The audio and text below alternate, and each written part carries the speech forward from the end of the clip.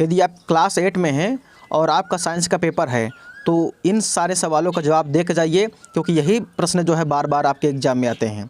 तो आइए देर न करते हुए पहला क्वेश्चन लेते हैं।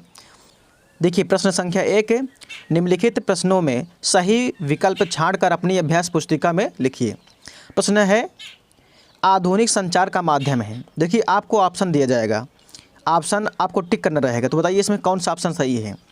इंटरनेट है कि पत्र है, कबूतर है कि इनमें से कोई नहीं। तो आधुनिक संचार का जो माध्यम है, संचार मतलब समझते हैं ना, संचार का मतलब ये होता है कि जैसे हम लोग यूज कर रहे हैं फ़ोन, इंटरनेट है, तो ये आधुनिक का संचार का माध्यम बन गया। तो आधुनिक संचार का माध्यम क्या बन गया, फ़ोन हुआ, इंटरनेट हुआ, ठीक है, मोबाइल फ़ोन हुआ, तो ये सब आधुनिक संचार का माध्यम बन गया है। तो इसका जो राइट आंसर होगा बताइए क्या होगा। इसका राइट आंसर क्या होगा, इंटरनेट होगा। जी हाँ दोस्तों, आपका आंसर राइट आंसर क्या हो जाएगा, इंटरनेट होगा। आपको ले चलते हैं नेक्स्ट क्वेश्चन पर। नेक्स्ट क्वेश्चन लिखा गया है भारतीय अंतरिक्ष कार्यक्रम के जनक हैं। भारतीय अंतरिक्ष कार्यक्रम के जनक कौन हैं बताइए। ऑप्शन दिया गया है doctor Howard Michael, doctor Howard Michael, या आर्यभट्ट हैं, या डॉक्टर विक्रम साराभाई हैं, या इनमें से कोई नहीं। तो इसका जो राइट आंसर होगा दोस्तों विक्रम साराभाई। जी हाँ दोस्तों। नेक्स्ट क्वेश्चन है सूचना और संचार प्रौद्योगिकी ICT का आरंभ हुआ है, कब हुआ है, किस सन में हुआ है बताइए। 2003 में हुआ है कि 2004 में हुआ है कि 2005 में हुआ है कि 2006 में हुआ है। तो इसका जो राइट आंसर हुआ, तो इसका जो राइट आंसर है 2004 में। यानी ICT का जो आरंभ किया गया था किस सन में हुआ था, ICT का जो किस सन में जो है प्रारंभ किया गया था, 2004 में प्रारंभ किया गया था। ऊर्जा के नवीकरण स्रोत हैं। जो ऊर्जा के नवीकरण मतलब स्रोत, ऊर्जा समझते हैं ना, ऊर्जा तो आप लोग समझते हो ना कि हर जगह जो है ऊर्जा का उपयोग होता है, हर जगह जैसे बोलने में और लिखने में, यानी ऊर्जा के बिना कोई काम होता ही नहीं है। तो ऊर्जा के नवीकरण स्रोत क्या है, यानी कि आज के समय में ऊर्जा का नवीकरण स्रोत क्या है ये बताइए। ऑप्शन दिया गया पेट्रोल है कि डीजल है कि LPG है कि सौर ऊर्जा है। आपको पता है कि जो नवीकरण जो स्रोत है आप लोग जान गए हो कि क्या है, इसका राइट आंसर सौर ऊर्जा है, यानी सूर्य से प्राप्त होने वाली ऊर्जा। आप ऐसे होता है पैनल, एक पैनल होता है, तो ये जो पैनल होता है इसमें जो है सूर्य की किरणें आती हैं, सूर्य की किरणें आती हैं तो ये क्या होता है, चार्ज होता है।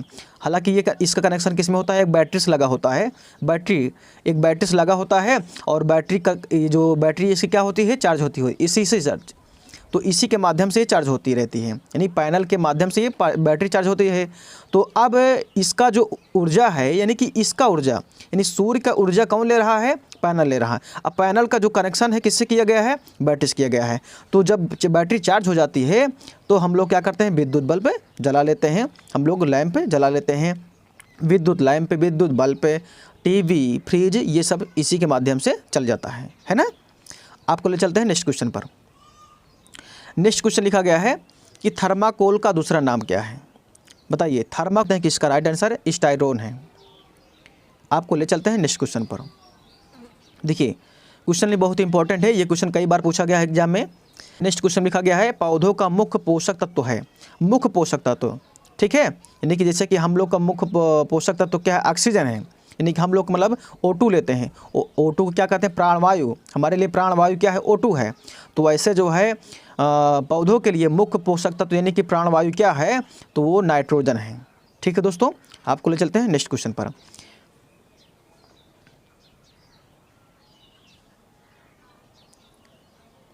देखिए नेक्स्ट क्वेश्चन लिखा गया है कि फेरिक ऑक्साइड मिलाने से निर्मित कांच होता है, वो कैसा होता है, वो हल्का नीला होता है। इसका राइट आंसर क्या हो जाएगा, हल्का नीला हो जाएगा। अब नेक्स्ट क्वेश्चन लिखा गया है खिड़कियों में प्रयोग होता है, कौन सा कांच खिड़कियों में प्रयोग होता है ये बताइए। तो खिड़कियों में जो प्रयोग होता है वो कांच कौन होता है, साधारण या मृदु कांच। हालांकि 4 प्रकार के कांच होते हैं, कठोर कांच, फोटोक्रोमिक कांच, या फ्लिंट कांच, या साधारण या मृदु कांच, ठीक है ना। तो खिड़कियों में जो प्रयोग होता है वो कौन सा कांच में होता है, साधारण या मृदु कांच होता है। देखिए न्यूट्रॉन की खोज किसने किया, ये तो बहुत इंपॉर्टेंट है, कई बार एग्जाम में आपके आता रहता है। तो बताइए, हम आपको यहाँ से एक ट्रिक बताए हैं, ट्रिक क्या है वो ट्रिक क्या है, ईटा पर नाचय, ईटा पर नाचय, ईटा पर नाचय, ये हम आपको ट्रिक बताए थे, नाचय। अब समझिए इस ट्रिक का नाम क्या है। देखो हमने बता दिया ईटा पर नाचय, यानी कि किसकी खोज किसने किया है, इसका ट्रिक है कि ईटा पर नाच आए, ठीक है ना। देखिए ई से होता है इलेक्ट्रॉन, बात समझिए, कभी नहीं आप भूलोगे, ठीक है ना। ई से होता है इलेक्ट्रॉन, इलेक्ट्रॉन की खोज क्या हो, टा से होता है थॉमसन, यानी जे थॉमसन ने किया। इलेक्ट्रॉन की खोज किसने किया, जे थॉमसन ने किया। पी से होता है यानी कि पास होता है प्रोटॉन, प्रोटॉन की खोज र से होता है क्या, रदरफोर्ड ने किया। अब पूछा गया है न्यूट्रॉन पूछा गया ना, नास होता है न्यूट्रॉन, न्यूट्रॉन की खोज क्या किया, जैसे होता है चैडविक। तो चैडविक किस में है, जेम्स चैडविक, ये है ऑप्शन में, है ना, जेम्स चैडविक। तो बताइए ये ट्रिक आप क्या भूल जाओगे क्या, नहीं भूलोगे। तो देखिए हमारे चैनल पर आप बने हैं तो जान लीजिए क्लास 8 की मैथ साइंस जितने भी चैप्टर हैं, ठीक है, जितने भी टॉपिक हैं, जितने भी बुक आपके हैं, सभी करवाई जाएगी। अब बेहिचक जो है इस चैनल को लाइक और शेयर कीजिए। बस आपको ले चलते हैं नेक्स्ट क्वेश्चन पर। देखिए नेक्स्ट क्वेश्चन लिखा गया है, किसी तत्व के परमाणु जिनकी परमाणु संख्या समान होती है। परमाणु संख्या मतलब परमाणु क्रमांक जिसका समान होता है परंतु द्रव्यमान संख्या भिन्न भिन्न होती है, यानी अलग अलग होती है, क्या कहलाती है। हाइड्रोजन कैसे लिखते हो आप लोग, हाइड्रोजन ऐसे लिखते हो 1H1, ठीक है ना। तो जो यहाँ पर रहता है परमाणु क्रमांक रहता है, जो ऊपर रहता है क्या होता है, परमाणु भार होता है, यानी कि द्रव्यमान संख्या उसको बोलते हैं, ऊपर जो रहता है। यानी परमाणु संख्या नीचे होती है, परमाणु यानी द्रव्यमान संख्या ऊपर होती है, ठीक है ना। तो कहा जा रहा है क्वेश्चन में, किसी तत्व के परमाणु संख्या समान, परमाणु संख्या क्या होती है, समान, द्रव्यमान संख्या भिन्न भिन्न, यानी परमाणु भार भिन्न भिन्न होती है, तो क्या कहलाती है, ये बताइए हमें क्या कहलाती है।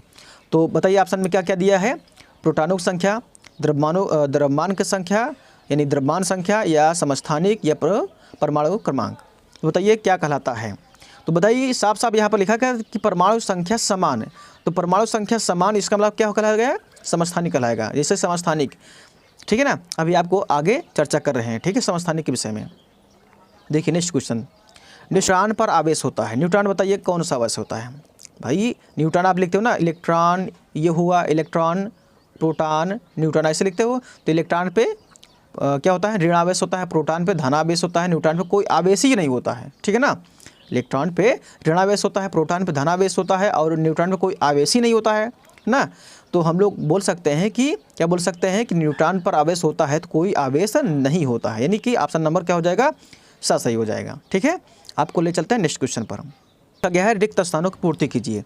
लिखा गया सोडियम धातु को रखते हैं, किस में रखते हैं बताइए। तो सोडियम धातु किस में रखते हैं, मिट्टी के तेल में, मिट्टी के तेल में भी रखते हैं या गिसलाट में भी रखते हैं, ठीक है ना। और ख नंबर लिखा गया है जंग लगने के लिए किस चीज़ की आवश्यकता होती है, ऑक्सीजन की आवश्यकता होती है और नमी की आवश्यकता होती है ना। ऑक्सीजन मतलब O2 और नमी मतलब समझते हैं ना, नमी का मतलब जहाँ नमी रहती है वहीं पर जो है जंग लगता है। जैसे आपका आयरन है, लोहा कब लगता है, जब उसमें जो है नमी होती है। नमी मतलब जो है जैसे जल का छिड़काव हो जाता है, यानी नमी जब तक पाएगा, जब भी उसको मिलेगा तभी उसमें जो है जंग लगता है, नहीं तो नहीं लगता है, ठीक है। देखिए धातु से तार बनाने का गुण क्या कहलाता है, धातु से जब तार बनाते हैं तो उसको क्या बोलते हैं, तन्यता कहलाते हैं हम लोग, यानी कि धातु से तार बनाने का गुण क्या कहलाता है, तन्यता कहलाती है, ठीक है। अब देखिए नेक्स्ट में लिखा गया है कि जिन खनिजों से धातु का निष्कर्षण किया जाता है उन्हें क्या कहते हैं, उन्हें हम लोग अयस्क कहते हैं, ठीक है। क्या कहलाता है, अयस्क है। कि हाइड्रोजन के 3 समस्थानियों का नाम लिखिए। तो हाइड्रोजन के 3 समस्थानियों का नाम जो है आपको इस प्रकार लिखा गया है, प्रोटियम होता है, ड्यूटेरियम होता है, ट्राइटियम होता है, ठीक है ना। प्रोटियम मतलब P, ड्यूटेरियम मतलब D और ट्राइटियम मतलब T, यानी कि इसको याद कर लीजिए ट्रिक से, PDT याद कर लीजिए बस, यानी PDT यानी प्रोटियम, ड्यूटेरियम, ट्राइटियम। समस्थानिक कितने होते हैं, 3 समस्थानिक होते हैं, किसके, हाइड्रोजन के। हाइड्रोजन के 3 समस्थानिक कौन कौन होते हैं, जैसे कि पहला क्या है 1, जैसे हाइड्रोजन ऐसे लिखते हो ना, हाइड्रोजन तो 1H1 पहला समस्थानिक, इसको बोलते हैं प्रोटियम, ठीक है ना। फिर दूसरा होता है 1H2, इसको बोलते हैं ड्यूटेरियम, और तीसरा होता है 1H3 होता है। तो ये होता है प्रोटियम, ये होता है ड्यूटेरियम और ये होता है ट्राइटियम, ठीक है ना। यानी कि हाइड्रोजन के 3 समस्थानिक होते हैं। हाइड्रोजन के 3 समस्थानिक कौन कौन है, हाइड्रोजन के 3 समस्थानिक 1H1, 1H2 और 1H3 होते हैं, ठीक है। इसका नाम क्या है, प्रोटियम, ड्यूटेरियम और ट्राइटियम, ठीक है। देखिए इतना विस्तार से हम बताते हैं तब भी आप लोग शेयर नहीं करते हो, ठीक है। ये बहुत इंपॉर्टेंट है, कई बार एग्जाम में आता है, यहाँ तक कि कंपटीशन के एग्जाम में आता है, ठीक है। तो इसको शेयर कर दीजिए आप। देखिए नेक्स्ट क्वेश्चन लिखा गया है कि किसी परमाणु में पाए जाने वाले कणों के नाम लिखिए। तो किसी भी कोई भी परमाणु होगा तो उसमें 3 कण होते हैं, कौन कौन, 3 जो है मूल कण होते हैं, यानी परमाणु जो है परमाणु में पाए जाने वाले कणों के नाम क्या क्या हैं? इलेक्ट्रॉन, ठीक है, प्रोटॉन और न्यूट्रॉन। इलेक्ट्रॉन, प्रोटॉन और न्यूट्रॉन कौन कौन? देख लीजिए फिर से, इलेक्ट्रॉन, प्रोटॉन और न्यूट्रॉन। तो आप लोग समझ गए ना कि कोई परमाणु रहेगा तो उसमें 3 मूल कण होते हैं। इनको इलेक्ट्रॉन, प्रोटॉन, न्यूट्रॉन के नाम से जानते हैं। इलेक्ट्रॉन, प्रोटॉन और न्यूट्रॉन के नाम से जानते हैं। कोई भी परमाणु रहेगा, आप जानते हो ना, परमाणु के विषय में तो आप जानते ही हो। चलिए नेक्स्ट क्वेश्चन पे चलते हैं हम लोग। स्तंभ का स्तंभ खा से मिलान कीजिए। तो स्तंभ ये का इधर लिखा गया है इधर, और स्तंभ खा इधर लिखा गया है, ठीक है ना। तो इसका मिलान इससे करना है आपको, ठीक है। तो देखिए, तो चैडविक, जेम्स चैडविक, तो बताओ जी जेम्स चैडविक जो है किसकी खोज किए थे? न्यूट्रॉन की खोज किए थे, है ना। और कार्बन क्या है? कार्बन क्या है? एक तत्व है, और इलेक्ट्रॉन पे क्या होता है? ऋणावेश होता है, ठीक है ना। तो मिल गया ऑप्शन, है ना। यदि आप मिलाना चाहते हैं तो जेम्स चैडविक, यानी जेम्स चैडविक कहाँ आएंगे? जेम्स चैडविक ने किसकी खोज किया था? इलेक्ट्रॉन की खोज किया था, ठीक है ना। ये मिल गया। कार्बन क्या है? एक तत्व है, ठीक है, ये मिल गया। और इलेक्ट्रॉन क्या है? इलेक्ट्रॉन पर ऋणावेश होता है, ठीक है। ऐसे आप लोग मत कीजिएगा, हालांकि ऐसे मिलाना होता है। जेम्स चैडविक का ऐसे कीजिए, तीर का निशान ऐसे लगा दीजिए। इलेक्ट्रॉन क्या है? इलेक्ट्रॉन पर ऋणावेश होता है, ये भी ठीक है। और कार्बन क्या है? एक तत्व है। बस ऐसे कर देना है, आपको मिलान करना है, ठीक है ना। ओके, यदि आप ऐसे देखना चाहें तो ऐसे देख लीजिए, कौन किसका खोज किया था, ठीक है। तो चैडविक किसकी खोज किए थे? न्यूट्रॉन की खोज किए थे। जेम्स चैडविक किसकी खोज किए थे? न्यूट्रॉन की खोज किए थे। इलेक्ट्रॉन पर कैसा आवेश होता है? तो ऋण आवेश होता है ना, यानी ऋण आवेशित कण है ये। कार्बन क्या है? कार्बन एक तत्व है, यानी कि कार्बन को कैसे व्यक्त करते हैं? सी से व्यक्त करते हैं, ठीक ना। इलेक्ट्रॉन को ई से व्यक्त करते हैं, ठीक है। और न्यूट्रॉन को किससे व्यक्त करते हैं? एन से व्यक्त करते हैं, ठीक। प्यारे मित्रों, यह वीडियो आपको कैसी लगी? यदि आपको अच्छा लगा हो और आपको समझ में आया हो क्वेश्चन, तो आप एक लाइक कीजिए। एक आपको लाइक करना है और अपने दोस्तों तक इसको पहुंचाना है, अर्थात शेयर कर देना है। इसको जो है शेयर कर देना है, क्योंकि शेयर इसलिए करते हैं क्योंकि यही सब क्वेश्चन जो है एग्जाम में आपके हर बार पूछे। यदि आप और अधिक वीडियो देखना चाहते हैं तो इन स्क्रीन में जो वीडियो लग रही है इस पर क्लिक करके आप जो है अधिक वीडियो देख सकते हैं। और चलते चलते बस इतना ही कहेंगे, एक लाइक और एक शेयर करके ज़रूर जाना है। धन्यवाद।